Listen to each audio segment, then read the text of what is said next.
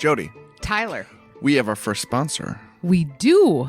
This episode of Cool and Unusual Punishments Luginbilled is brought to you by PB & Junk Ceramics and Arts. JC is the shop owner, and she does some really cool and unusual ceramics, art pieces, commissions. We have some here. I can post a couple of photos of the great stuff that I've bought off the site. You can find her shop at pbandjunk.bigcartel.com. She's on Facebook and she's on Instagram. It's lowercase pb_and_junk with a lowercase j on Instagram. Check them out.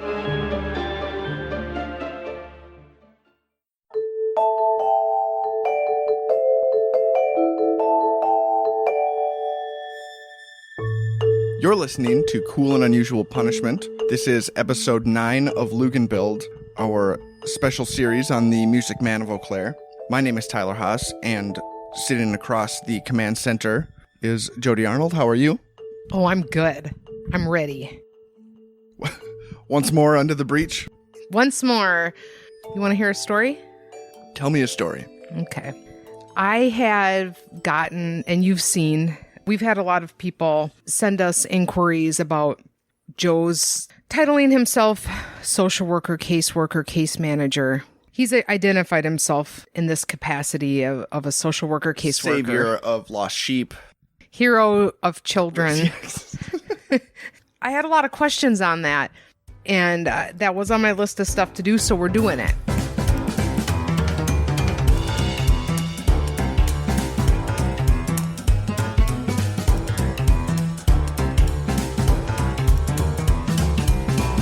I wanted to start with kind of a brief list of mentions in which Joe Luginbilled identifies himself in some capacity, bios, things like that, or news stories, and we'll, as always, have linked, where this all came from. Joe is a certified child welfare caseworker through the UW-Madison School of Social Work and Wisconsin Child Welfare Professional Development System. He has worked in child welfare for the Strengthening Families program and with migrant children and families. I was working with migrant families as well. In doing that, I was throughout multiple counties. I was sometimes visiting the migrant labor camps and seeing what folks were needing. Luginbilled works for the Strengthening Families program, where he's an advocate working with children and families in the Eau Claire County in western Wisconsin. In 2016, when I was working as a caseworker with kids in foster care in Eau Claire. Joe's a certified caseworker through the Wisconsin Child Welfare Professional Development System, WCW PDS, and a certified mandated reporter through the UW-Madison School of Social Work and WCW PDS. Another one, when Joe Luginbilled of the Luginbilled Children's Foundation was a caseworker in Eau Claire, he said there were several young people aging out of foster care on his caseload who expressed concerns for their future. Another one, training as a child welfare worker. Another one, my background is in child welfare and charity leadership. Another one, his advocacy has taken him to farm fields as a migrant family case manager and to local courtrooms as a caseworker for children in foster care. Another one, Joe has worked as a support professional for children and families in the Chippewa Valley. His experience includes the Strengthening Families program and working with migrant families in western Wisconsin. Joe Luginbilled was cast out of Krypton by his father, Kal-El, shortly before it was destroyed.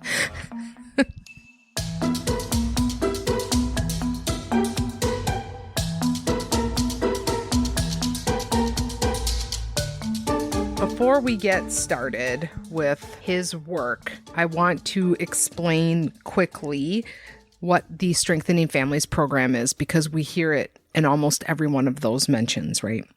The Strengthening Families program focuses on assisting children and caregivers with independent living skills, parent education, supervised visitation, and accessing community resources.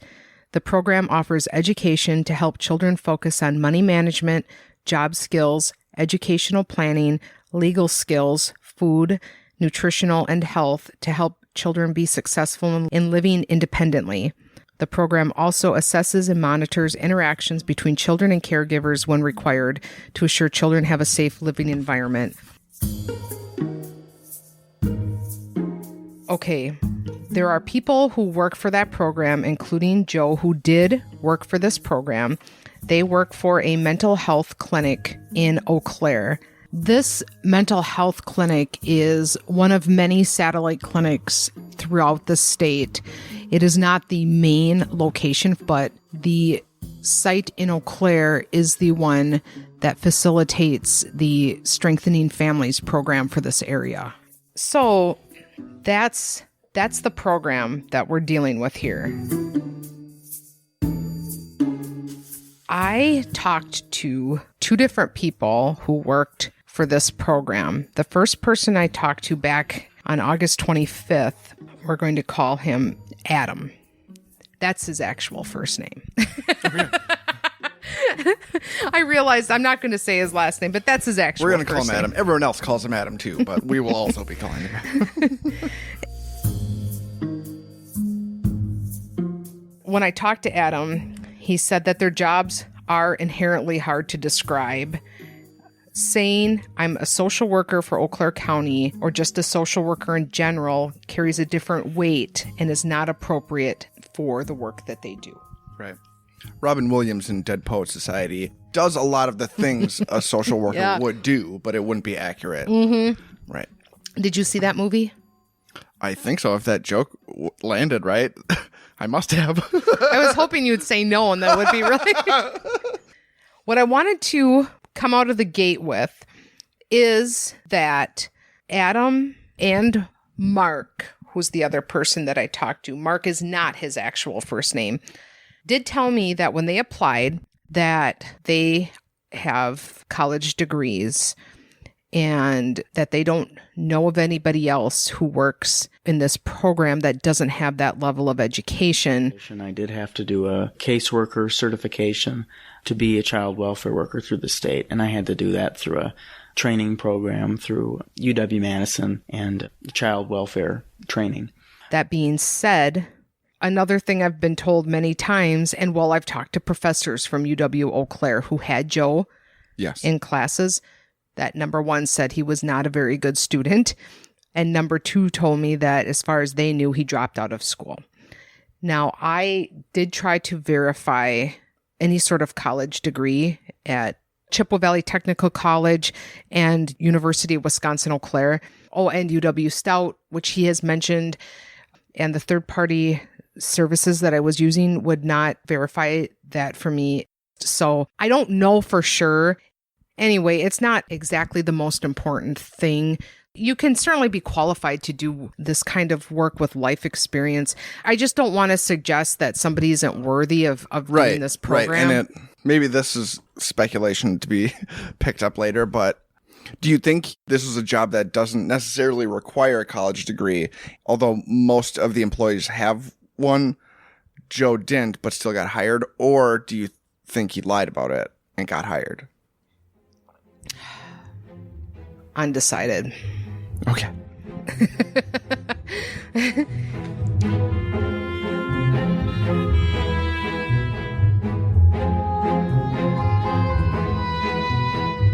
When I talked to Mark, who we will get to, if you recall me mentioning these Wisconsin Child Welfare Professional Development System, the WCWPDS, those certifications and stuff, when I was reading you this list in the beginning, the second person I interviewed told me that that is the training that's done for the Strengthening Families program.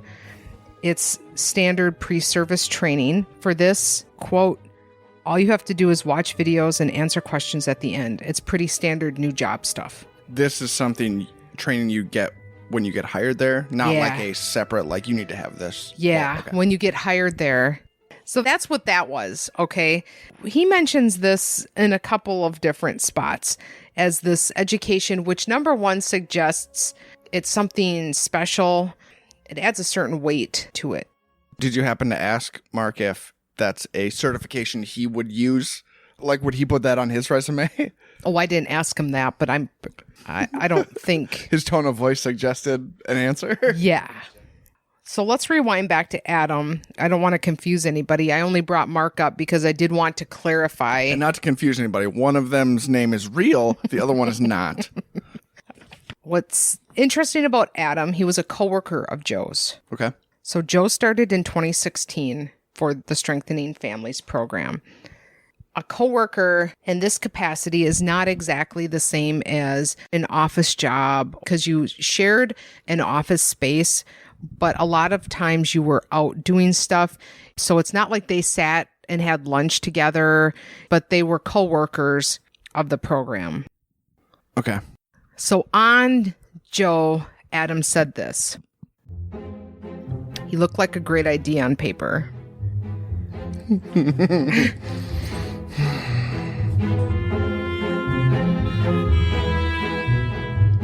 When Joe started, everyone liked him for the most part.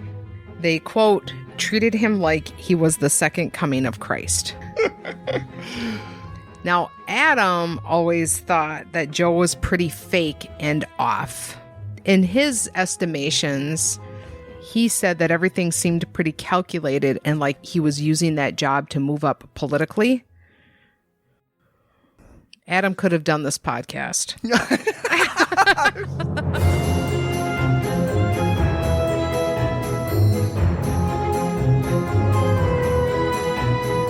So Joe's job mostly involved doing supervised visits ordered by the court. He would tell Adam how he was spending his own money and bringing pizza to these visits, which Adam found to be really strange and totally unnecessary. Okay. I'm not confused, but I am. There's a lot of open questions here. Like, so he's supervising court-ordered visits. Yes. So like a parent to their child and then Joe's there and Joe shows up with pizza. Yeah. Okay. Now this does... I understand completely now. Crystal this clear. does come up later on. So just remember, it seems like you will. Yeah, like a burn on the roof of your mouth. This one will hang around. Okay. So remember that because it does come up, okay? Coworkers eventually started to talk about Joe's net worth. They looked him up at some point and see that his net worth is $2.5 million. Now, that's not... I don't know where that comes from, to be honest with you. We've spoken about it a little bit in terms of, in regards to Joe. Yeah, there's celebritysalaries.com or whatever, you know. In any case, they start talking about his net worth. And they're wondering why somebody his age with this sort of net worth would be doing this work. I'm trying to put myself in their shoes. This is a guy who he's going to be the next Mr. Rogers, right? That's why he's doing that. Well, that certainly does come up here. Okay. Yep.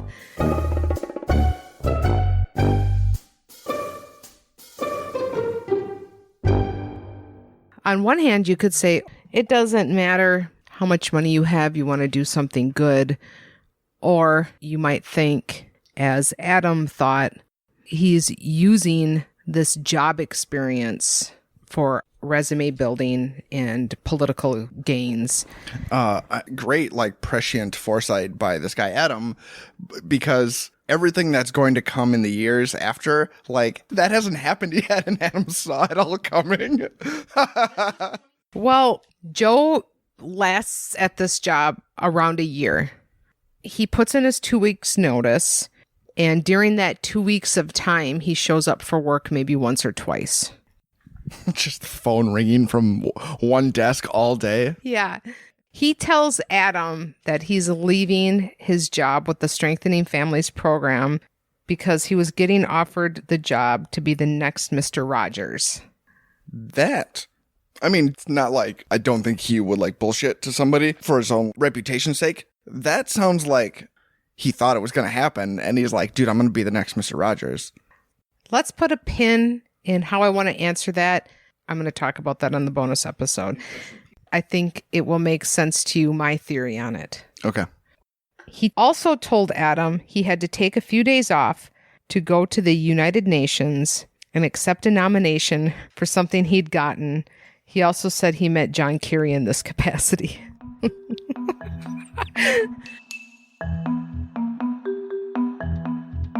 When I was talking to Adam, he mentions to me that he is friends with Mark, who happens to be the person that replaces Joe after Joe leaves the Strengthening Families program.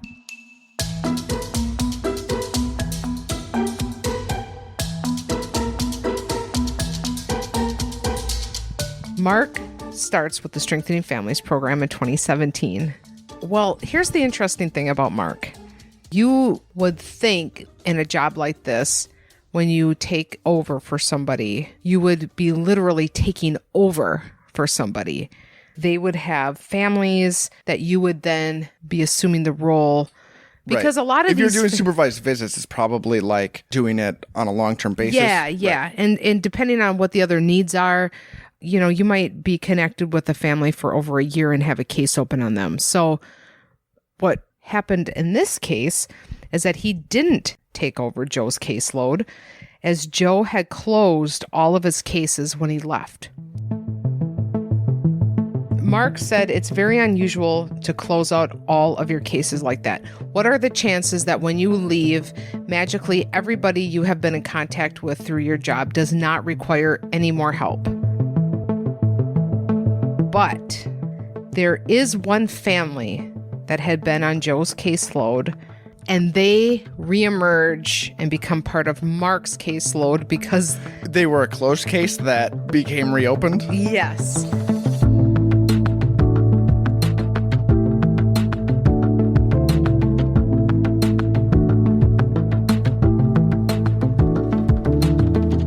I'm sure what happens is they contact somebody and say, oh, we're looking for this service, and they look them up and go, oh, well, I see you're closed. I guess we will reopen that, and Mark will be taking over for Joe. The notes on that family were very sparse, according to Mark, because you need to take notation when you have contact with these families. Joe's notes, according to Mark, were not a good example of what typical case notes should look like. Quote, his notes were so bad it was frustrating. They barely said anything, to be honest. Mark had issues with that family because they actually loved working with Joe and very much preferred him over Mark. Why? Because they got free stuff from Joe all the time. Mark said he would never pay for something in the sphere of his job without getting reimbursement for it, which I think is how most people would feel about it. Also, that means Joe is not only doing that, but I guess then making sure to mention that he's personally paying for it. Yeah. Because that's what this family understands. Can you just imagine like being the new guy and they're just like, where's the pizza? Mm-hmm.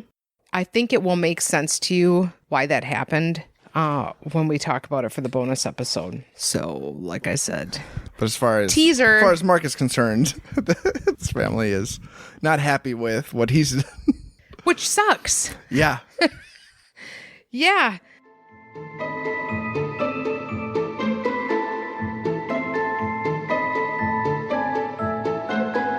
After Joe left, Mark had witness to the aftermath of Joe leaving and him coming into the job. So he heard things about Joe after Joe left, which is also not completely strange. There was talk about him being a millionaire, and some of the staff watched his cooking videos. What's interesting is that most of the people in the office had no idea that he had this other very exciting life, you know?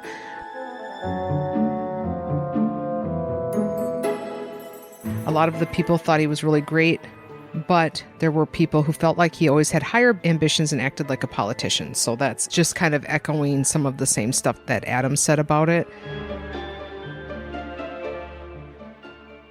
Here's something that's really interesting to me that Mark and I talked about. When Joe was at the Strengthening Families program, he had been talking about these ideas he had to build a home for homeless youth, kids that were under the age of 18. Now, that would have needed to be listed as a residential facility, and that's a lot of licensing. So when Joe discovered this, he then shifted his idea to the independent living situation for kids aging out of the foster care system.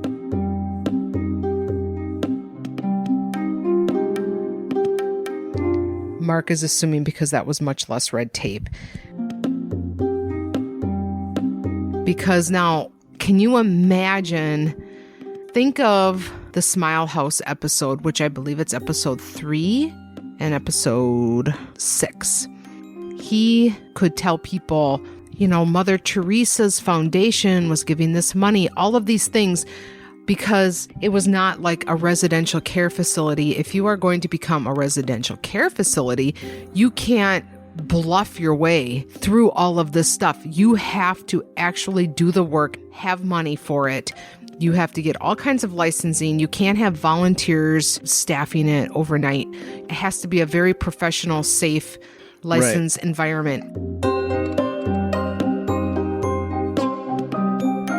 There is no way that Joe Luginbilled had the money or the resources to do anything like that. So he switches his idea to the kids aging out of the foster care system because that was a lot less red tape for him. Yeah, when you're dealing with legal adults, then it's, I don't know what you would call it, like a community, like sort of center for like... Yeah, kind of like independent living. Yeah. Yeah, independent living type thing. So he modified his great vision. One of the things I read to you in the beginning, when Joe Luginbilled of the Luginbilled Children's Foundation was a caseworker in Eau Claire, he said there were several young people aging out of foster care on his caseload who expressed concerns for their future. I don't know if that's true or not. All I know is that was not his original idea, but it became his idea because that was easier. So that's the story of Joe's time with the Strengthening Families program. Okay, now, you said a lot at the top in terms of what he has said about his, how much does the Strengthening Families program make up what he is referencing when he says he worked in social other work? than what that Migrant Children and Families program is, all of it. Okay. So that's part of what I'm going to get to in the bonus episode. All I'll say is it worked greatly to his advantage to have this listed on his resume. So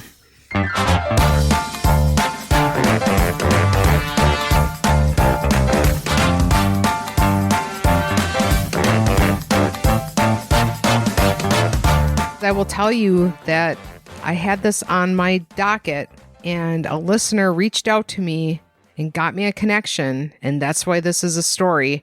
So if you have something and you don't think it's a big deal, or you have something and you know it's a big deal, either way, send us a message. And it really does feel like, from where we started, it feels like we have all these disparate pieces, and little by little, the cracks are being filled in. Yeah. Like, here's the part where he... this was... He was like, ooh, kids. Like, and then you can see the wheels turn. Yeah. Wow. So I hope that answers and satisfies, some curiosities that people have about this listed experience and what the reality of that looked like. We are going to continue this conversation in a more speculative manner on a bonus episode that you can access if you become a Patreon sponsor. Yeah, you can find that at patreon.com/cool and unusual punishment, Patreon. Yeah, and that funds our records requests and whatever else we've got going on, so we appreciate it. And all the pizza that I have to bring to this to keep you happy. So yeah. Thanks for listening.